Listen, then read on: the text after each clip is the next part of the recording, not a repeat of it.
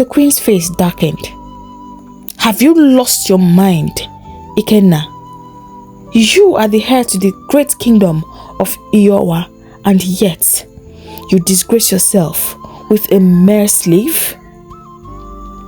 Ikenna became infuriated.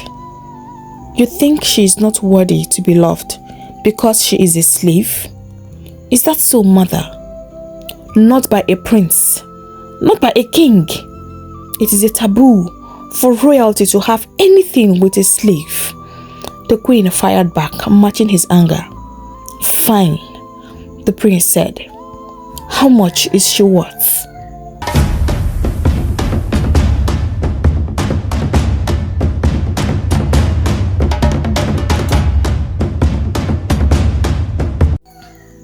Many years ago, in a quiet village hidden beyond the vast and mighty Oyi River, a little girl named Apunanwu was born into a world that offered her neither love nor comfort. Life was harsh from the very beginning, and she learned early that if she did not fend for herself, no one else would. Her mother, Ugebe, was a woman known far and wide for her beauty. A beauty so striking that men were willing to part with their wealth just to be with her, if only for a fleeting moment. Ugebe, however, enjoyed all the love that she got. She was a woman who was willing to give herself to any man who could afford her. She was as free as the wind, untamed and unbothered by the gossips that followed her wherever she went. But then fate played a cruel trick on her. One day, Ugebe discovered that she was with child. The worst part, she had no idea who the father was. She had entertained too many men to keep track, and now her careless pleasure had given her what she did not want, a burden. There was no one to share the weight of it with her, no man to take responsibility, no family to offer her support as they had long rejected her. Alone she carried the child, and alone she brought her into the world. When she first laid eyes on her baby, Ugebe could not deny that the child was breathtaking. Her skin was smooth and flawless, her eyes bright and filled with a light that seemed almost otherworldly. And so she named her Apunanwu, the one who must never go out in the sun, for her beauty was too precious, too delicate to be touched by the harshness of the world. What an irony. But as the days turned into weeks and weeks into years, Ugebe grew restless. The cries of a hungry child, the weight of responsibility, the restrictions of motherhood placed upon her, it was all too much. She could no longer come and go as she pleased. Gone were the days of freely moving from one man's arms to another without a care. Now she had to bring them into her tiny hut, conducting her business while her daughter lay curled up in a dark corner, too young to understand, yet too old to feel the cold emptiness of neglect. As Apunanwu grew, Ugebe's presence in her life became more and more fleeting. Sometimes she would disappear for days, vanishing with a wealthy lover, only to return when it suited her. The villagers whispered, their tongues sharp with disapproval. Some women tried to caution her, to remind her that a child was a sacred gift, not a burden to be cast aside. But Ugebe did not listen. She was not made for motherhood. She was made for pleasure, for adventure, for a life untethered by obligation, a life she loved so much. By the time Apunanwu was 8 years old, Ugebe had made up her mind. She had to be free again. A new life awaited her, far from the suffocating eyes of the village, far from the child who clung to her like an unwanted shadow. But Apunanwu had no place in that new life. She was a weight Ugebe could no longer carry, and so she made a decision as cold as it was final. she would sell Apunanwu. The day of the sale was bright and cloudless, as if the gods themselves turned their faces away from the cruelty unfolding below. At the slave market, traders backed their prices, men haggled over bodies, and somewhere among them, a small frightened girl stood. She did not understand, not at first. She reached for her mother's hand, believing this was just another one of her games, another moment of carelessness that would soon pass. But then she saw it.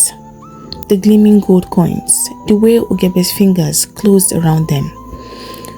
Ugebe turned on her heel without a single glance back. Apunanwu's young heart shattered. She screamed for her mother. She pleaded. She begged. She cried so hard. But Ugebe never looked back. She simply walked away, her pockets heavy with gold, her freedom finally bought at the cost of her own child's soul. Apunanwu's fate was sealed the moment her mother turned her back on her. She was purchased by Chief Ugo, a wealthy and ruthless slave merchant who bought and sold human lives like ordinary goods in the market. He had no use for emotions, no room for pity. Only profits mattered to him. Slaves were nothing more than commodities, and Apunanwu was just another girl added to his collection. In Chief Ugo's household, Apunanwu was put to work.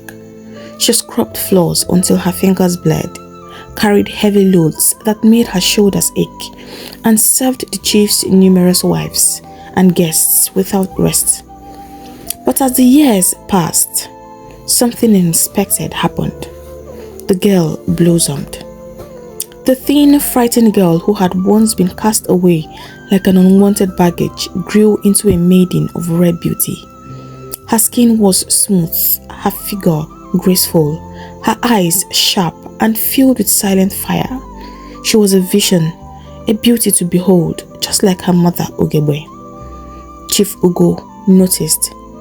He noticed the way her hips became rounded. He noticed the way it swayed when she moved. He began to desire her. And in Chief Ugo's world, desire was law. He decided that Apunanwu would no longer be sold like the others. No, she was far too precious. She would now belong to him alone. She would be his personal mistress, his prized possession. And when he took what he wanted from her, there was nothing she could do to stop him. Apunanwu's soul withered. Each night he summoned her, she felt herself dying inside.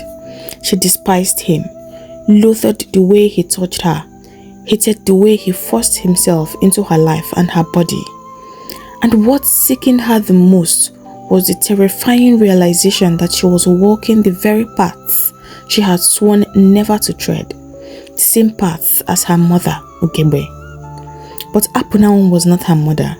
She was fire, not ash, and she would rather burn than live in chains. Apunanwu became defiant, rebellious, and no matter what Chief Ugo did to her, she refused to bend to him, even though he would still end up forcefully having his way with her. One night, she made a spontaneous decision as Chief sent for her. She was going to kill him. Her heart pounded as she hid a small knife within the folds of her wrapper. She had no grand strategy, no escape plan, only raw desperation and a burning need for freedom. As she entered the room, her fingers tightened around the handle of the blade. She waited. When his greedy hands reached for her, she struck. But Chief Ugo was very fast. He had lived too long and faced too many threats to be caught off guard. With shocking speed, he grabbed her wrist before the blade could pierce his flesh. A struggle ensued. Apunanwu fought like a wild animal, twisting, kicking, clawing at him with every ounce of strength in her body. But the chief was stronger.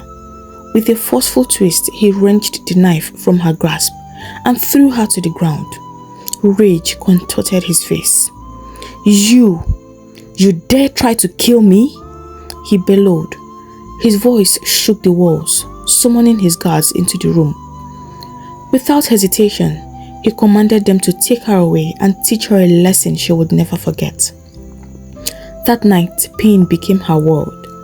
The beatings were merciless, and by the time they were done, she sat on the cold ground, barely breathing, her body bruised and battered, her spirit teetering on the edge of oblivion. Chief Ugo stood over her broken form, contemplating whether to end her life right then and there. But he was a businessman. Apunanwu had cost him a great deal of money. Killing her would be a waste. And so, with a look of disgust, he made his decision. Sell her, his part. Let someone else deal with her stubbornness. And so she was put up for auction at the slave market. Even though she had no idea where she would end up, this was a welcomed change for her. Apunanwu's journey took her far from the land she had known, across rivers and dense forests, to the great kingdom of Iyowa. She had been bought by a royal messenger, a man who served the powerful queen of the land. In Iyowa, she was to serve the queen as one of her royal maidens. Life in Iyowa was different from anything Apunanwu had ever known. The palace was grand, its walls high and unshakable, its halls adorned with gold and fine carvings. The queen herself was unlike any woman Apunanwu had encountered. She was powerful, respected, and surprisingly kind. The palace maidens and other slaves were treated well. They ate rich meals, dressed in fine garments, and slept on soft beds instead of the cold, hard ground she was used to. For the first time in her life, Apunanwu did not have to endure hunger or the sting of a whip. Yet, comfort did not bring happiness. She worked very hard, but she was still not happy. She still thought about her mother. She still thought about how different her life could have been if things had been different. She still had nightmares every time she lay down at night. She could not escape her past. Apunanwu was known in the palace as the maiden who never smiled or made any friends. She was usually by herself. The other maidens talked about her in hushed voices. They marveled at her beauty, at her flawless skin, her haunting eyes, the grace with which she moved. But they could not understand her silence, her distance. While they laughed and gossiped, Apunanwu remained apart, always alone. But she was impossible to ignore. Men noticed her. How could they not? She was unlike any woman in the palace. She was beautiful. The royal guards, strong warriors who prided themselves on their conquests, both in battle and in the bedroom, watched her with hunger in their eyes. These men were used to taking what they wanted, and the palace maidens welcomed their attention. To the girls, lying with a royal warrior was not shameful, it was an honor. They boasted about their encounters, whispered among themselves about who had lain with whom, and flaunted the attention they received. But Apunanwu was different. She had no time for such shenanigans. One by one, the warriors approached her, each believing that his charm, his strength, would make her yield. And one by one, she rejected them all. At first, they laughed it off. Then, they grew irritated. Finally, it became a challenge. If she would not willingly give herself to them, then they would make a game of it. The warriors gathered in secret and placed the bets on her head. Each man put down 3 pieces of gold, a small fortune for some, and the stakes were very simple. Whoever won Apunanwu over would take the entire pot. It was no longer about desire, it was now about pride. And so the game began. The men did everything they could to charm her, but it was a waste of time. Apunanwu did not fall for their tricks. She knew what they wanted. She could see it in their eyes. And over her dead body, would she let any one of them come close to her? Among the soldiers was one named Dike.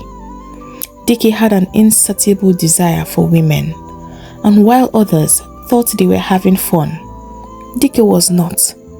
The desire for Apunanwu was not a game to him. It was a hunger that needed to be satisfied, and if she was not going to succumb willingly, then he would take it by force. And so he waited. He had been watching her for weeks, studying her routine, learning her habits. He knew that every Eke market day, she left the palace to buy the quaint special bushmeat. He also knew that she avoided the main road, preferring the lonely path that cut through the thick forest, where she could walk in peace, free from the endless greetings and stares of the townspeople. It was the perfect place to strike. That day, Dike hid in the dense undergrowth, his heart pounding with anticipation. The moment he saw her slender figure approaching, his lips curled into a wicked grin. This was it. Like a predator pouncing on his prey, he leaped from his hiding place and blocked her path. Apunanwu froze. Fear gripped her like a cold hand around her throat. She knew him, and she knew what exactly he intended to do. Her heart slammed against her chest and she spun round, trying to flee. But she was not fast enough. Dike lunged, his strong arms wrapping around her like a cage. She kicked and struggled and screamed, but he was far stronger. He lifted her with ease and carried her deep into the forest, to a secluded spot he had prepared in advance, a small clearing where no one would hear her scream. Apunanwu thrashed against his grip. "Let me go," she cried, her voice ringing through the trees. Dike only laughed as he dropped her. "You can scream all you want, little slave," he sneered. "No one will hear you."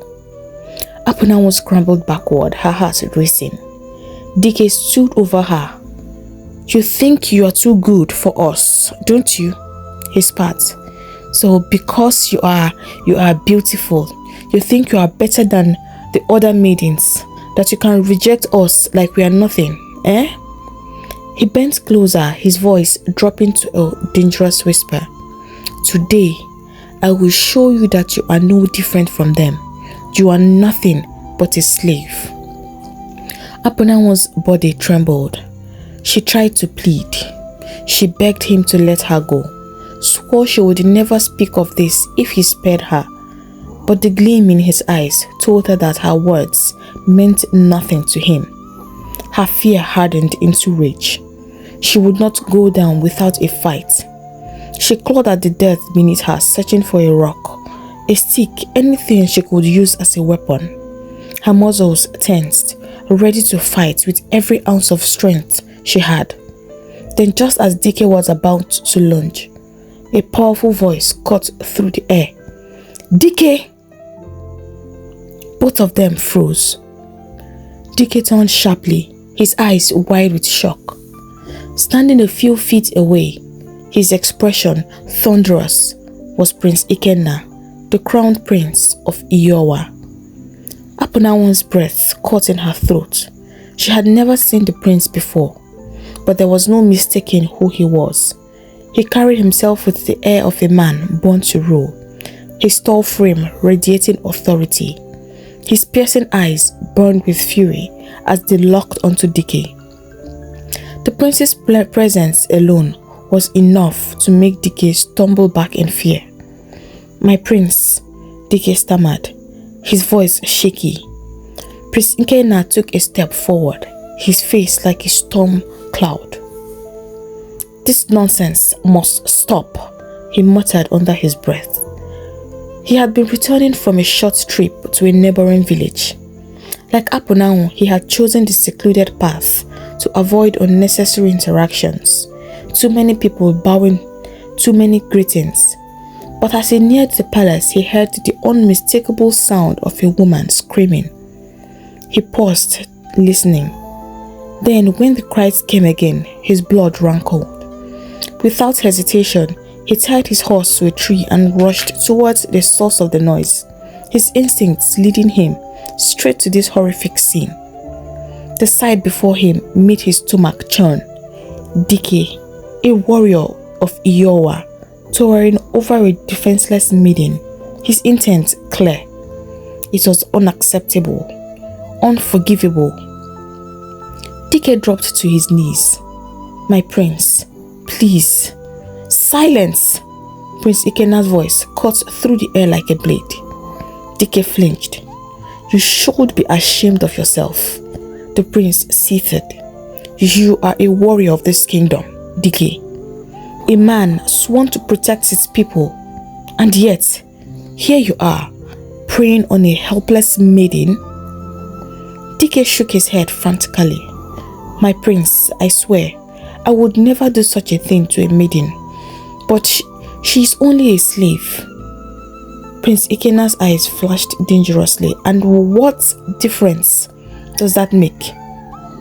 Slave or not, she is under the protection of this kingdom. You have dishonored yourself, Dike." Dike's face drained of color. "Please, my prince, forgive me." "Enough!" Ikena snapped.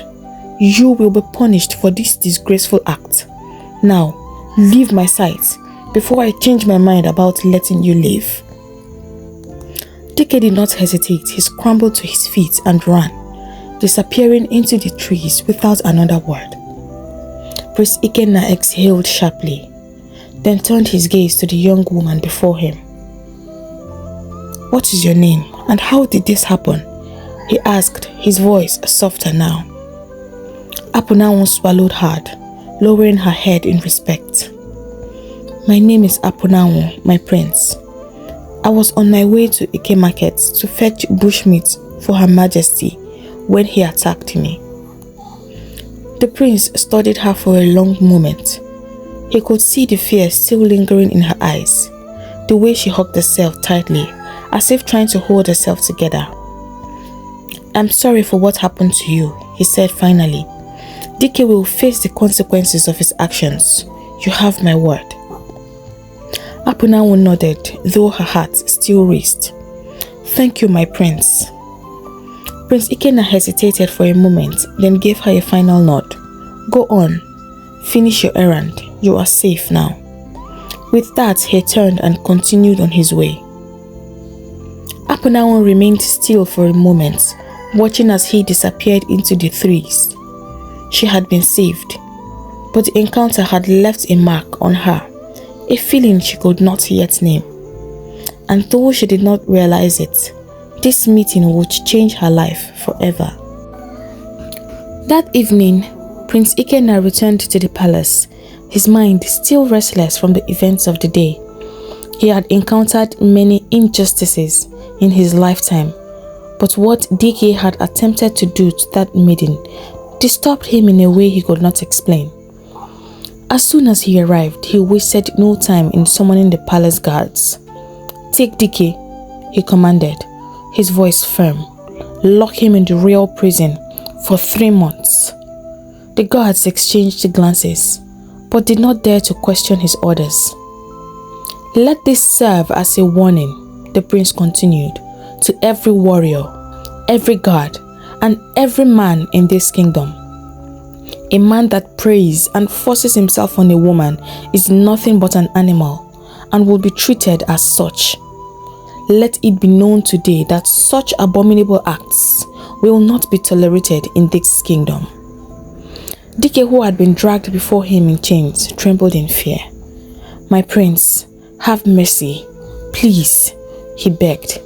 But Prince Ikena did not waver. "You should have thought about mercy before you decided to prey on an innocent girl," he said coldly. "Take him away." The guards obeyed at once, dragging Dike away. With that matter settled, the prince hoped his mind would be at ease, but he soon realized that was not the case. Even after Dike was locked away, he found himself unable to shake the thoughts of what happened. Not just the attack, but her, the maiden, Apunanwu. There was something about her, He had never seen her before, yet he could not forget the look in her eyes, the way she had trembled, yet still held herself together with dignity, the way she boldly faced Dike, even though she knew he was going to overpower her anyway. Who was she? He had no business in the queen's quarters and was not familiar with her maidens, so he would not have known her even if she had been serving in the palace for some time. But he knew someone who might. He sent for Okonta, his most trusted guard. Moments later, Okonta arrived. He was not only Prince Ikena's most trusted guard, but also his childhood friend.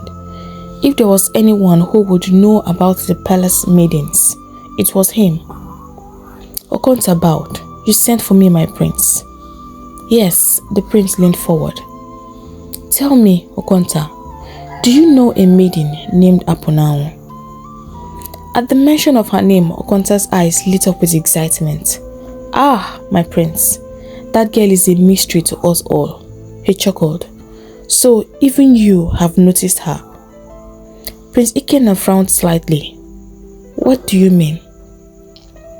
Okonta eagerly stepped closer, as if sharing a secret.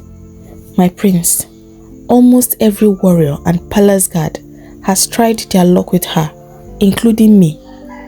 But she turns us all down without a second thought." Ikena raised a brow.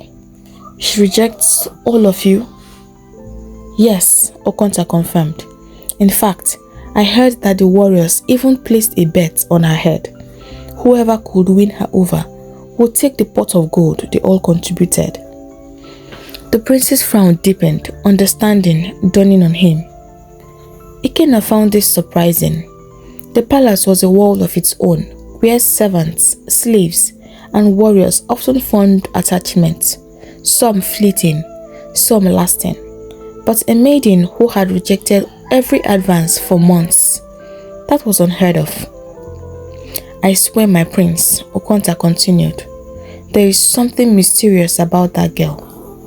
She has been here for over 6 months, yet she has no friends. She talks to no one unless it is absolutely necessary. She keeps to herself in an unhealthy way. I'm sure that girl is a spirit." Prince Ikena listened carefully, his curiosity deepening. She was beautiful, that much was undeniable. But beauty alone could not explain why she chose isolation. He wanted to know more, and he would find out even though he had no idea how. He did not have to wait for long. That night, as Prince Ikena prepared to sleep, the palace was quiet, wrapped in the stillness of the night. The oil lamps had been extinguished, and only the soft chirping of crickets filled the air. He was about to lay down when a sharp knock echoed through his chamber door. He frowned. Who could be visiting him at such an hour? At first he ignored it, thinking it might be a mistake. But when the knock came again, more insistent this time, curiosity got the best of him. He rose from his bed, walked to the door and opened it. His breath caught. Standing before him, looking radiant, was Apunanwu. She looked more beautiful than he had remembered. Her smooth dark skin shimmered in the dim light, and her large eyes held an emotion he could not quite place. Yet, behind her striking beauty, there was something else. Uncertainty, or maybe fear. He glanced left and right, but the corridor was empty.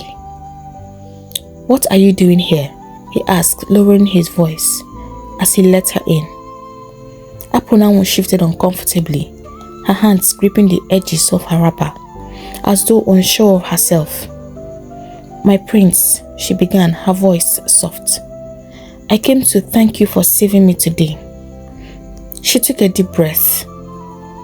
"I have no money, no gold, nothing to offer to show my gratitude." Ikena's frown deepened. "There is no need." But before he could finish, Apunanwu loosened her wrapper, letting it slip from her shoulders. "This is all I have to repay you," she whispered. Her wrapper fell to the floor. For a moment, time seemed to stand still. Prince Ikena's eyes widened in shock. Heat rushed to his face as he immediately turned his back to her. "Cover yourself, Apunanwu." His voice was sharp, laced with disbelief and anger. "Leave my chambers at once." Apunanwu's breath hitched. She quickly grabbed her wrapper and pulled it back around her trembling body.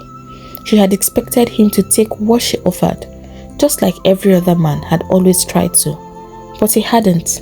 He had not even looked at her. Her voice quivered as she spoke. "My prince, forgive me if I have offended you. I only wanted to thank you. I thought you would want me too. Everyone does."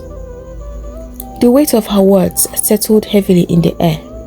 Prince Ikena finally turned to face her, his gaze unreadable. "Go back to your quarters, Apunanwu. We will speak in the morning." She lowered her eyes and nodded. Then, without another word, she slipped out of his chambers, leaving him standing there in stunned silence. Ikena exhaled deeply, running a hand over his face.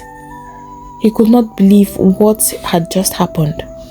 She had come to him, offering herself, not out of desire, but because she thought it was expected, because she believed it was the only way to repay a kindness. There had been no seduction in her eyes, no trace of confidence or playfulness, only fear. What kind of life had she lived that made her think her body was the only thing of value she had to offer? He lay back on his bed, but sleep would not come. Something was definitely not right with that girl. Meanwhile, in her own quarters, Apunanwu curled into a tight ball on her bed. For the first time in her life, a man had rejected her. She had feared he would come for her like the other men usually did. The thought gnawed at her all day long, and she made up her mind to face her fears and get it over with. But his rejection had come as a surprise. It confused her, but it also gave her a quiet joy. Maybe, just maybe, there were good men in the world after all. With that thought, she closed her eyes and let sleep take her. For 2 days, Apunanwu heard nothing from the prince. She had expected him to summon her the next morning, to berate her, to punish her for her foolishness. But the call never came. Life in the queen's quarters continued as usual, yet something inside her had changed. She found herself thinking about him, about the way he had turned his back to her that night, about the coldness in his voice when he told her to leave. But more than anything, she thought about how, for the first time, a man had refused to take from her. Then on the evening of the second day, Okonta, the prince's trusted guard, appeared in the queen's quarters. "The prince requests your presence," he announced. The other maidens turned to look at her, their faces a mixture of curiosity. It was not common for a mere maiden to be summoned by the prince. Apunanwu's heart pounded as she followed Okonta through the palace halls. When they reached the prince's chambers, Okonta pushed open the heavy door and gestured for her to enter. She stepped inside cautiously, her hands folded in front of her. Prince Ikena was seated near his window, staring out into the night sky. When he heard her approach, he turned to face her. "Apunanwu." She bowed deeply. "My prince." He studied her for a moment, then gestured towards a seat across from him. She hesitated. She was not used to sitting in the presence of royalty, but when he gave her a reassuring nod, she obeyed. For a few moments, neither of them spoke. Then silence stretched between them, like an invisible wall. Then he finally broke it. "You do not owe me anything, Apunanwu. I did not save you because I wanted repayment. I did it because it is my duty to protect my people." His words hit her like a wave. She had spent her whole life believing that kindness always came at a price. But here he was, telling her that she did not have to give anything in return. Her eyes burned, her throat tightened, and before she could stop them, tears slipped down her cheeks. Ikena's expression softened. He had not expected such a reaction, and for a moment he did not know what to say. Then gently he asked, "Why does that make you cry?" Apunanwu quickly wiped her face, embarrassed. "I'm sorry, my prince. I'm not used to such kindness." The prince leaned forward, his curiosity growing. "Tell me, Apunanwu, who were you before you came here?" She stiffened. Her past was something she had locked away, something she never spoke about. But there was something about the way he looked at her, something warm, something reassuring. "You do not have to be afraid," he said, as if reading her mind. "You are safe with me." For the first time in her life, someone wanted to listen to her, not to use her, not to control her, but simply to know her. And so with a shaky breath, she told him about her mother, Ugebe, the woman who was admired for her beauty, but scorned for the way she sold herself to men. She told him how her mother had sold her off like a mere commodity. She told him about Chief Ugo, about her experience in his house, and her act of rebellion which had caused her to be sold again. By the time she finished, tears were streaming freely down her face. Prince Ikena listened to every word, his jaw tight. He had never imagined such a suffering, never imagined that a woman who lived under the same roof as him carried such a heavy burden. Now he understood. He understood why there was always sadness in her eyes, why she avoided everyone, why she thought her body was the only thing of value she had to offer. His heart ached for her. And that moment he made a decision. "Apunanwu," he said firmly, "from this day forward, I will be your friend." She blinked, stunned. "My prince, I do not want you to see me as only your master," he said. "I want you to see me as a friend, someone you can talk to, someone you can trust. And trust me, I will always be here for you." Apunanwu stared at him, trying to understand what he was saying. No one ever wanted to be really close to her or really know her. She had spent her life as a slave, an object to be used and discarded. But here was a prince offering her something she had never dared hope for. She lowered her gaze, unsure of what to say. "It would not be appropriate, my prince." Prince Ikena only smiled. "It is appropriate if I say it is." Apunanwu felt something within her. It was not fear. It was not sadness. It was something else. And as she left the chambers that night, she realized what it was. She felt like she truly mattered. After that encounter, Prince Ikena realized that Apunanwu had taken root in his heart. He thought about her often, more than was reasonable, more than was wise. He found himself caring deeply about the maiden. He was determined to bring her out of her shell, to discover who she really was on the inside. Much to the envy of the other maidens, he started including her in his daily walks through the woods, accompanied by Okonta, his most trusted guard.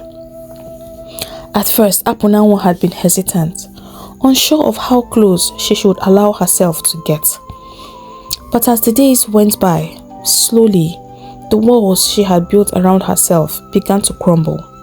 She laughed freely, without fear or caution. She spoke of her dreams she had once held, of freedom, of a life where she belonged to no one. She found joy in his company. Apunanwu and the prince found themselves becoming so drawn to each other, and everyone in the palace noticed. She started feeling things she had never felt before, and he too fell helplessly in love with her. But he decided he was to keep it to himself. He feared opening up his heart would tarnish their friendship. But it was only a matter of time before there was catastrophe.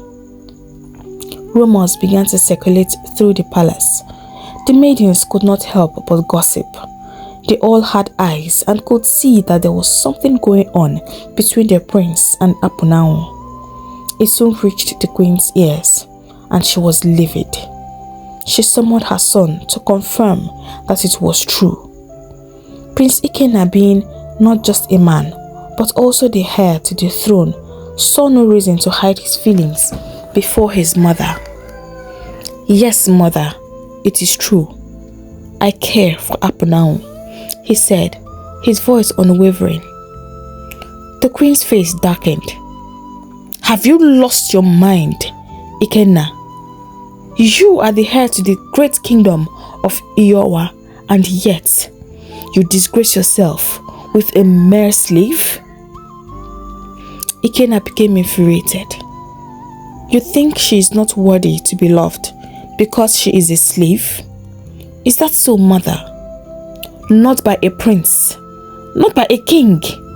It is a taboo for royalty to have anything with a slave." The queen fired back, matching his anger. "Fine," the prince said. "How much is she worth?" The queen blinked, caught off guard. "What? You heard me, mother," he said, his voice dangerously calm. "How much do you value her life? She is your slave. So pray tell me, mother, you must have a price. What is it?" The queen shifted uncomfortably. He could see the determination in her son's eyes, the same stubbornness he had inherited from his father. She sighed, knowing she would not win this battle. 2,000 pieces of gold, she finally said. Without hesitation, Prince Ikenna replied, "I will pay you double, and by this time tomorrow, she will no longer be a slave." Then, without another word, he turned and walked out of her chambers, leaving behind a queen who could do nothing but sit in silence. The confrontation sent ripples through the palace. The servants whispered, the guards murmured among themselves, and the maidens fumed. Even Apunanwu heard about it, and though she was touched by the prince's willingness to fight for her, she also felt deep sadness.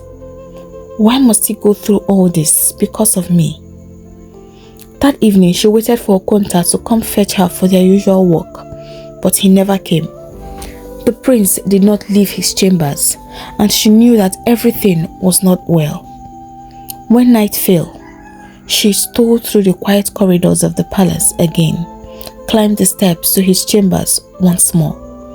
This time, Prince Ikenna was not surprised to see her.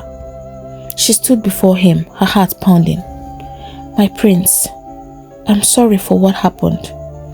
"You don't need to apologize," he interrupted gently, as if he already knew what she was about to say. "It was not your fault."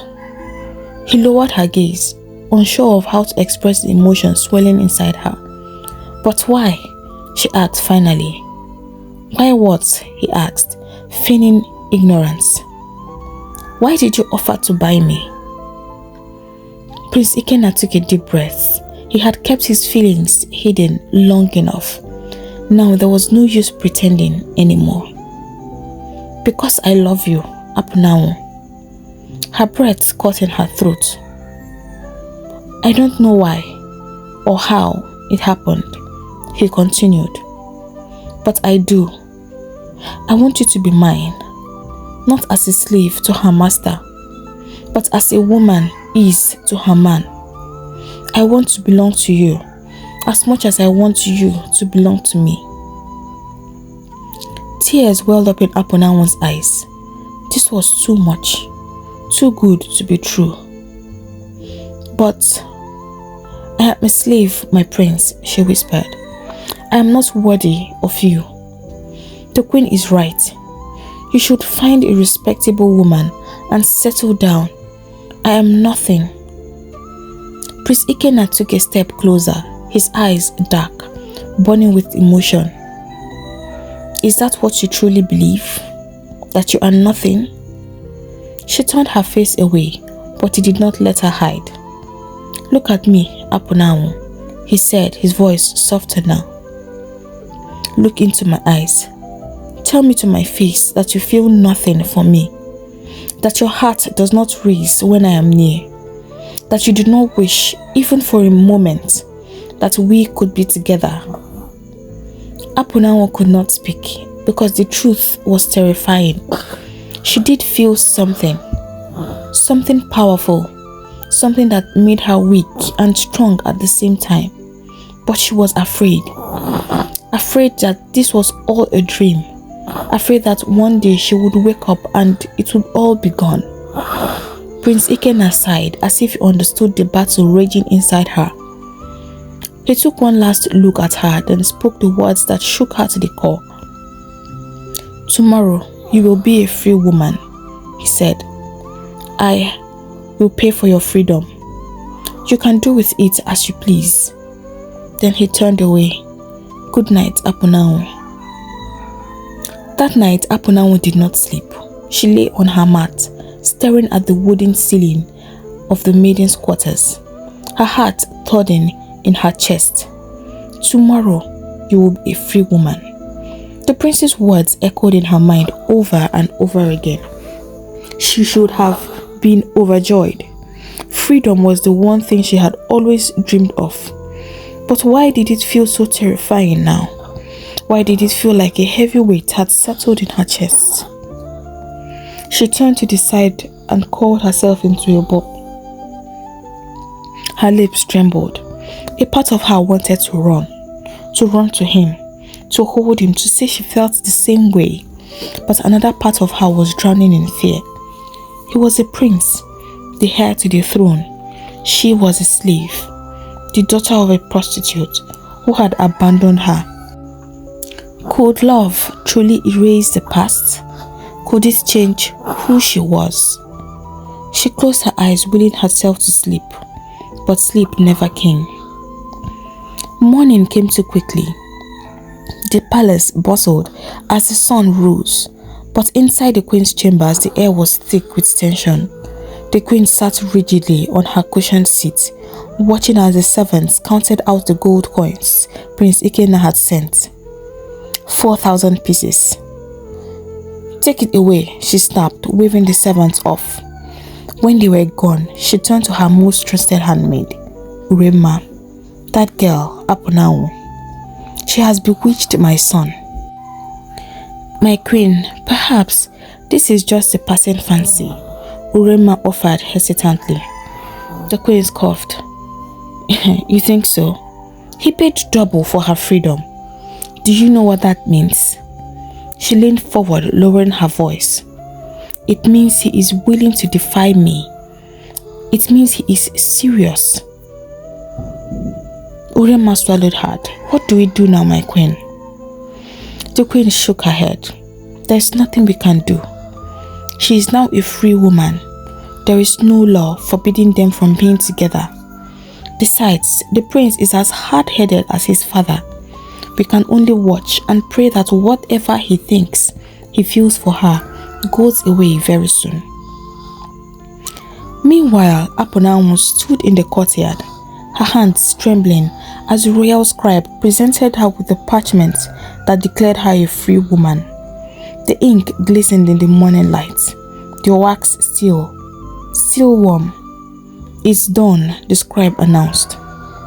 She swallowed, staring at the document as if it were a foreign thing. She was free. No chains bound her anymore. No master could command her. But what now? She had spent so long being told what to do, where to go, who to serve, and now, when she had the right to make her own choices, she found herself lost. What did freedom mean for someone like her? What would she do now with it? Her thoughts kept circling back to one person, Prince Ikenna, the man who had changed everything, the man who made her feel seen, valued, wanted. But she knew she could not stay. He was a prince, a future king. His people expected him to take a noble wife, a woman of status, not a former slave girl with no name and no family. Even if he loved her, now, how long before duty pulled him away? No, it was better this way. She would leave Iyowa behind, start over in a place where no one knew her. Prince Ikenna, with time, would forget her and move on, and she would learn to live without him. Her mind made up. She knew there was one last thing to do. She had to say goodbye. Since the moment her freedom rites had been completed, Prince Ikenna had remained locked away in his chambers. He had never felt this way before, never imagined that a woman could make him feel so weak. He was the prince of Iyowa. He was supposed to be strong, in control. He was supposed to find a good wife, a good woman, settle down, and then be crowned the king of Iyowa. But the moment he had told Apunanwu she was free to do as she pleased, he had known he had lost her, and it was breaking him. A soft familiar knock interrupted his thoughts. He did not answer, but the door creaked open, and there she was, again. Apunanwu stood before him, her silhouette framed by the dim lantern light, her face shadowed with sorrow. His chest tightened at the sight of her, but he said nothing.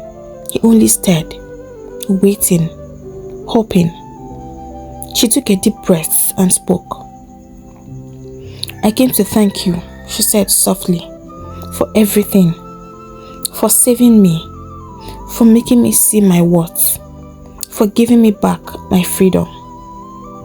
Her voice trembled slightly and she hesitated before continuing. "I love you, my prince," she confessed, her voice barely above a whisper. "I don't think I've ever loved anyone before, but we both know this is impossible." His hands clenched at his sides. He wanted to argue, to tell her that nothing was impossible, that she belonged to him. But before he could speak, she continued, "You deserve more than this, more than me. And I deserve a chance to be more than just the woman who loved a prince she could never have. I will leave Iyowa, but with time, you will forget me." He took a deep breath, steadying himself. Her words were a dagger to his heart, but he could see the determination in her eyes. She had made up her mind, and he loved her too much to cage her. "You are free now, Apunanwu," he said, his voice low but firm. "You have the right to do whatever you want, to make whatever choice you choose."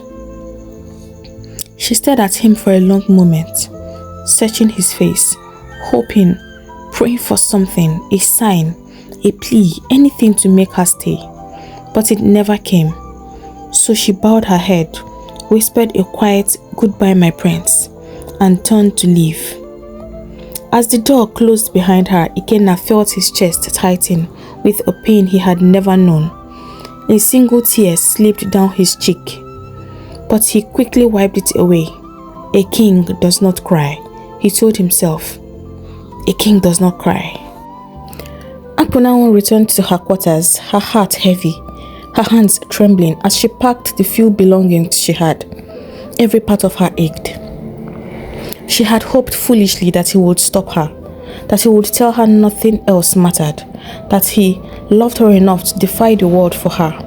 But he had let her go, and that should have been enough reason for her to leave without regret. Very early the next morning, she left the palace with her very few possessions and did her best not to look back. But she did. It was then she knew that she could not forget this place, especially the man that made her feel like a person again. Her feet moved before she could think. Faster and faster, she ran back through the palace halls, ignoring the startled looks from the few servants awake at that hour. She did not knock when she reached his chambers.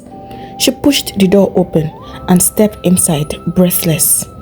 And there he was, Prince Ikenna sat on the edge of his bed, fully awake, as if he had been waiting for something or someone. For a long moment, they simply stared at each other, and then finally Apunanwu found her voice. "I couldn't do it," she whispered. "I could not leave you." Ikenna rose to his feet, his eyes never leaving hers. Then he closed the distance between them and pulled her into his arms. For the first time in her life, Apunanwu felt like she truly belonged, not as a slave, not as a possession, but as a woman, his woman. Wrapped in Prince Ikenna's arms, she felt the weight of her past melt away, the fear, the doubt, the belief that she was unworthy of love. None of it mattered anymore. The prince held her tightly, as if afraid she would disappear again. "Thank you for coming back. I don't know what I would have done without you," he whispered, his voice thick with emotion. "I never really left," she admitted, "not in my heart." Ikenna pulled back slightly, just enough to look into her eyes. "Apunanwu, I meant what I said. I don't want you as a slave. I want you as my wife, as my queen." Her breath caught. "But your mother, your people, they will accept you," he said firmly, "or they won't.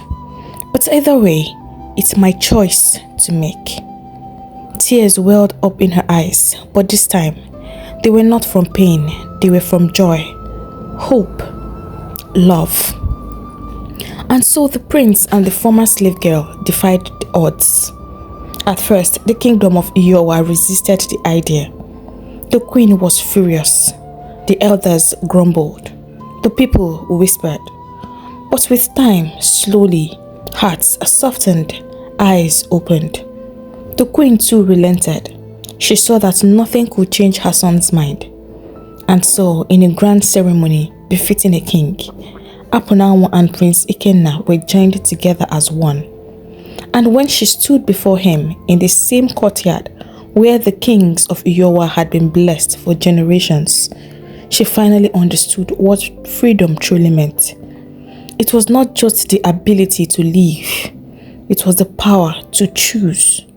And she had chosen love. As the prince took her hand and the people cheered, Apunanwu knew her story had not ended in sorrow. It had only just begun. Hey lovers, thank you for listening to this story. If you are new here, welcome to our community. I hope you enjoyed listening to this as much as I enjoyed creating it. If you have not done so already, please hit the subscribe button, and to support the growth of our community, give this video a big thumbs up. If you know someone who would enjoy a story like this, do not hesitate to share. Don't forget to leave a comment down below. Remember, like, share, drop a comment and subscribe. I'll take my leave now, but I hope to see you in my next video. Bye.